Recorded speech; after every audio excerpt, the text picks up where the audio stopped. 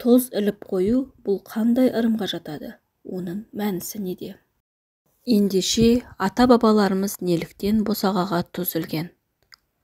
Ата-бабаларымызда осындай сенім болса, демек олар адасқан ба деген сұрақ туындайды. Бірақ оның шығу тарихын ешкім зерттеген жоқ. Бұл шынында да наным сенімнен туындаған ба, әлде өмір салтына сәйкес қажеттілік пе? Осылардың ара жігін ажырата келе, қазақтың өте данышпан, көреген халық болғандығын бағамдауға болады.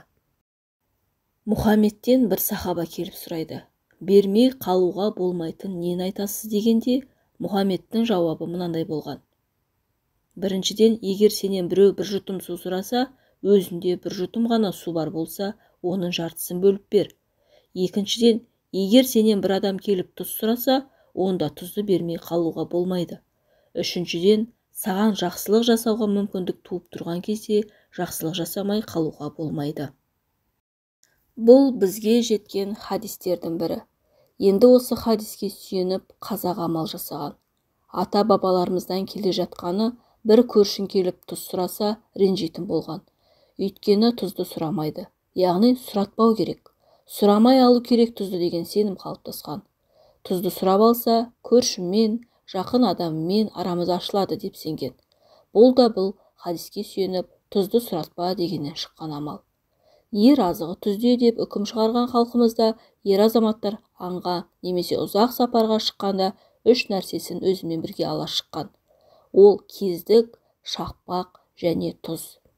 Ұзақ сапарға шыққанда аң аулап, оны атып алған кезде кездікпен оны кеседі, шақпақпен отын жағып пісіреді, ал тұз астың дәмін кіргізеді. Алғашқы екеуі таусылмағанымен тұз таусылып қалуы мүмкін. Ондай кезде жақын жатқан ауылдардың бірінен тұз сұрауға мәжбүр болған. Жолдан азығын табатын арысты азаматтар тұз сұрап еңсесін жықпасын деген тілекте болған халық. Сондықтан тұзды сұратпаймыз деген оймен ата-бабаларымыз босаған сыртына тұз іліп қойған. Ал қазір шындығында қажеттілік туындамайды. Сондықтан көнерген дәстүрлердің қатарына жатқызсақ болады. Дегенмен тұзды қастерлеуді мұнымен шектемей, ұрпаққа өзге жағынан да ұлықтау міндетіміз. Бұл енді көнерген шығар, бірақ бүгінгі күнде есік сыртына тұз іліп қоятын жандар да бар екен. Қазақтың ежелден келе жатқан дәстүрі белгілі бір уақытта қалыптасып, қоғамның ыңғайына, заманның талабына байланысты туындаған. Бірақ кейін заман оны талап етпейтіндей болып, біртіндеп салт дәстүр қолданыстан шығып, соңында ырым, наным, сенімге ауыса бастаған. Өйткені дәстүрдің қолданыс аясы тарылып, формасы өзгергендіктен наным сенімге ауысқан. Солардың бірі босағаға тұз ілу. Қазақ тұзды қастерлеген, оған өмірдің өзіндей қарайды, дәм тұзымыз таусылмасын деп ұзақ өмірдің нышанына балаған. Ас тұзды төгіп шашпайды, оған кесірлі кепият сөздер айтпайды, нан тептілік істемейді. Ашаршылық көрмейік, дәм тұз үзілмесін, тоқтықтың қадіріне жетейік деп айрықша қастерлейді тұзды, бей-берекет шашпайды. Астың иманы тұз деп қарайды, тұз төгілсе, ырыс төгіледі, дәм шамданады, ас азаяды деп сенеді. Жерге төгілген тұз еріп жоғалғанша, сол тұзды жерге төккен адам тұздай ащы тұрмыс кешіреді деп ырымдайды. Айта берсек, адам өмірі үшін тұздың салмағы ауыр.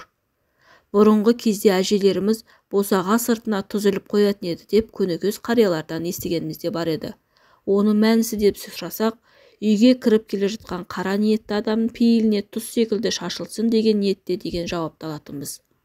Ал қазір дінге бет бұрған шариғат жолын ұстанған адамдардың қазақтың кейбір наным сенімдері дінге қайшы деген пікірлерінде жиі кездестіріп жүрміз. Негізінен ата-бабамыздың ұстанған салт дәстүрлері шариғат шеңберінен аспаған. Тек қана уақыт өтіп, тұрмыс тіршілікте қолданысты қажет етпеген кезде ата-бабамыздың дәстүрі деп сол нанымға сенімге ауысқан кезде түсінбестік туындайды. Тұз бүкіл астың атасы екен анық қой. Бойдағы жағымсыз энергиядан арылу үшін тұзды суға шайыну, үйдің әр бұрышын тұзды сумен жуып шығу секілді әдістер бар.